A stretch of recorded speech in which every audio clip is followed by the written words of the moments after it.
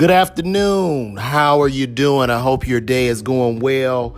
Today is Thursday, October I believe it's the 18th or something. I don't know what day it is, but it's Thursday, October.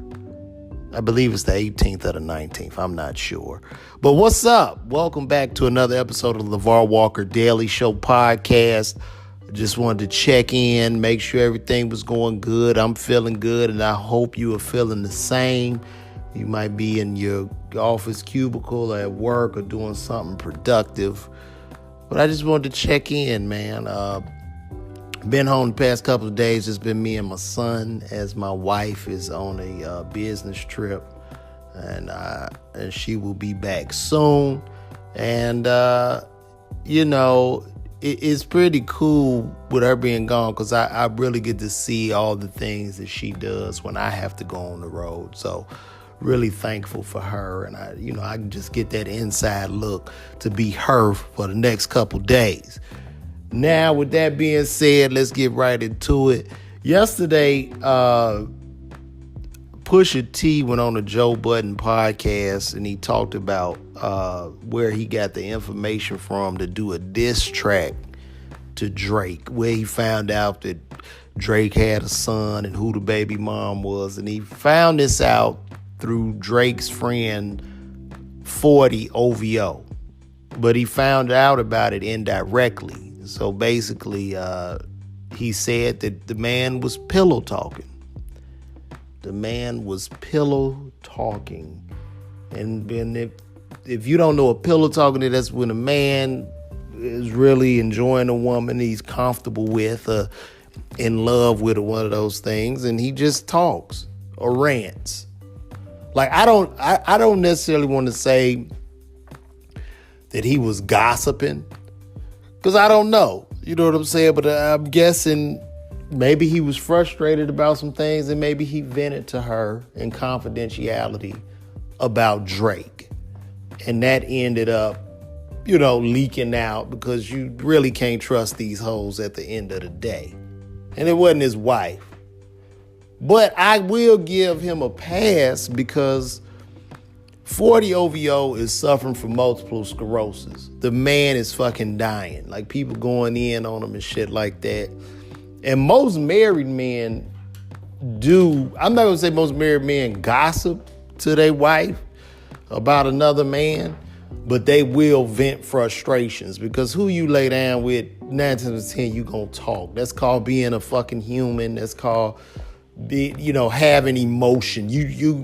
Like, niggas tell a girl shit, like, period. Especially when you married. That's what your wife there for, to listen to you, what's going on.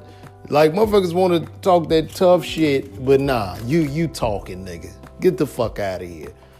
Because at the end of the day, that's the person you supposed to be able to trust, is your wife or significant other, your girlfriend, or whoever, might be in your life. If you rawing her, if you fucking raw, you're going to tell her some shit. Okay? Because y'all chemicals and your energies are getting mixed up together. So you're definitely going to talk and go over topics for the day or have discussion. Totally natural. But anyway, the girl ended up leaking that out. And I don't think, I think that Pusha kind of did it like to kind of break them up, because I think everybody's mad at Drake.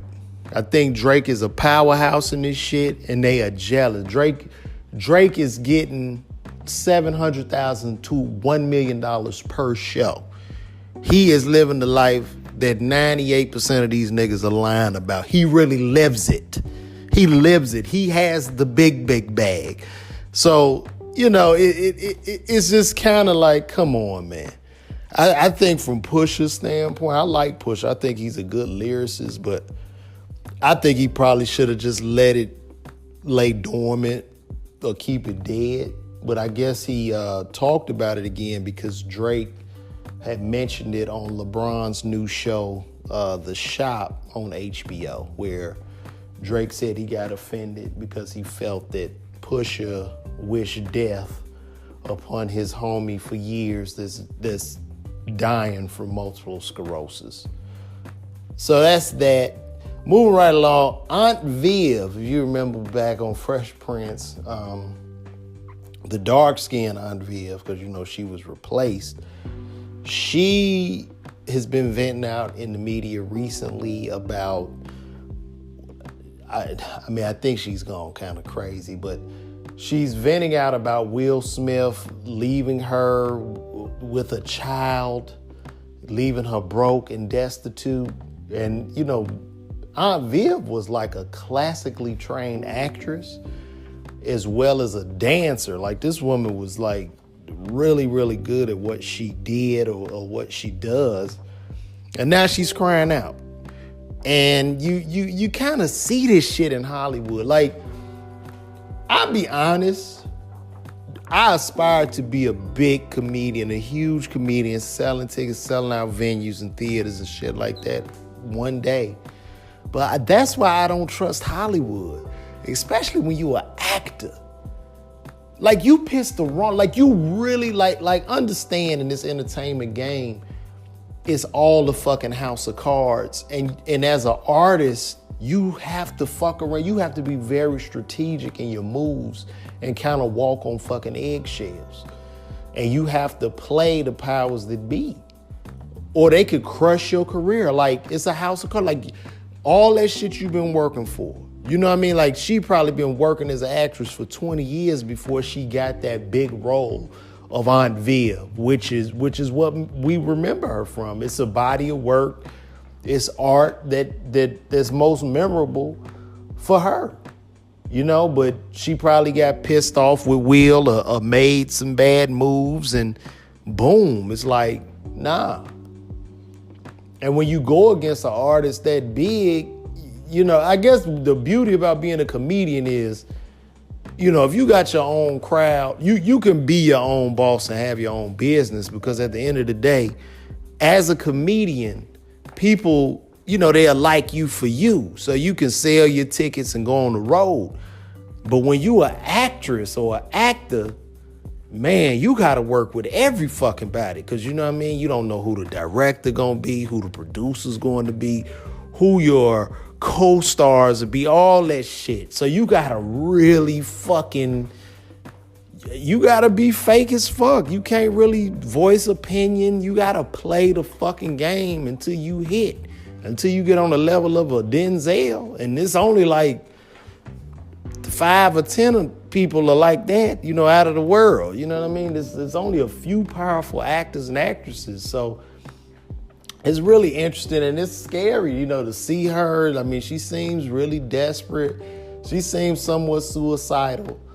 And it's terrible. And that's why I'll be honest with you, I don't trust this shit. I do it, I love it, but at the end of the day, I don't trust this shit. I don't trust nobody in this fucking business, man. Because it's a horror show to a large degree. It's a fucking horror show. People that change on you at the drop of a fucking dime, man. You piss somebody off in the fucking business, your goddamn phone isn't ringing, they not fucking with you. You just out looking stupid. Like, it's a crazy, crazy ass game. And you gotta really have long-term strategies embedded. And, even with me now, really me doing the podcast, me doing these videos, all this shit, it's a true independent grind. And I would rather build my shit myself. I would rather literally build this myself. I don't care how long it takes me, and be totally independent. I don't want to be under no nigga. You know what I mean? I don't want to be under some nigga who's the big star and all that shit or a part of a fucking crew, because it's stupid. You know what I mean? Then you really gotta tap dance on fucking eggshells, and the shit comes to an end and you really have no control. It's like being in a nigga's car. He bought the car, he owned the car, he got the title, tag, and license, but you just in the fucking back seat. You know what I'm saying? But as soon as he crashed that bitch, you walking. You ain't even tried to build your car. So I'm building my car. You know what I mean? I'm trying to, get the tires and get the chassis and all that shit together. So that's what it is, man. It's really bad. The actors are definitely at the mercy of the producers and the powers that be. Rapper Young Buck, who was a part of 50 Cent, was caught up messing with a transgender. And she didn't have no video of him, but the nigga called her and pretty much admitted that they messed around and was telling her to take the video down. She recorded this shit and put it out. And all I could say, nigga, just go ahead and admit you like fucking transgenders, man. I mean, it don't make sense to fight it. And plus his career is pretty much over anyway. So I don't know why, fuck it. Like, I don't think this helped him or hurt him in any kind of way, because I don't believe people are even thinking about a young buck at this point. And see, that's another example of, this nigga being under 50 in G-Unit and not building his own shit. It's literally fucking pointless to get under another man in entertainment. How can you trust somebody like that, man? How? I don't know. You take that big bag and they own your ass, that's on you. So we can all learn from this. I read the story about the white lady. I want to say this to white people. Listen, mind your business. Mind your business. It's not worth it. Somebody is recording you when you telling a black person, like, nah, I'm not gonna let you in, or you calling the police on black people and all this shit. Somebody's recording you, and the media loves to eat that shit up. You know what I mean? So a particular story about a white lady who wouldn't let a black guy into her apartment complex. And I did some research about it, and come to find out this white lady is indeed right now legally married to a black man. Now, after doing further research, I don't think the lady meant any harm. I think she was doing like she just didn't want no crazy motherfucker coming in the building. Black, white, or whatever color he would have been. But, it can easily be spun in the media with race a lot of times. I mean, you do I did listen, whoever listens to this thinking I'm a coon or whatever, just go read the fucking story. You know what I mean? If I see somebody in my motherfucking neighborhood that look crazy, I'm not gonna confront them there. I'll probably go call the police in the house and say, yo, this motherfucker look crazy. I don't know if he kicking doors in or what the fuck going on. But that's what I'm gonna do. And maybe she should have took that route and just let that motherfucker in and then went to call to see who he was or whatever. But then I think the dude too, even if he lived in the building, I think somehow he might have wanted to perpetuate that situation because he knew somebody was filming and he didn't want to show his badge or whatever the fuck you need to get in the apartment building. So, but long story short, she ends up losing her job. Now she looking like a fucking racist. It's really too much, man. It's too much. So, white people, just keep it moving. Fuck it. I mean, you see somebody, just keep going. Get on the phone when you out of sight and then make the call, so you don't look like a racist. And I don't think she was being racist in this situation necessarily. I think she couldn't identify him, had never seen him, and that's what it was. So that's that. And those are our topics for today. So just wanted to come in, check in, and run that down with you guys. And two, another big thing in the news, Diddy has left Cassie.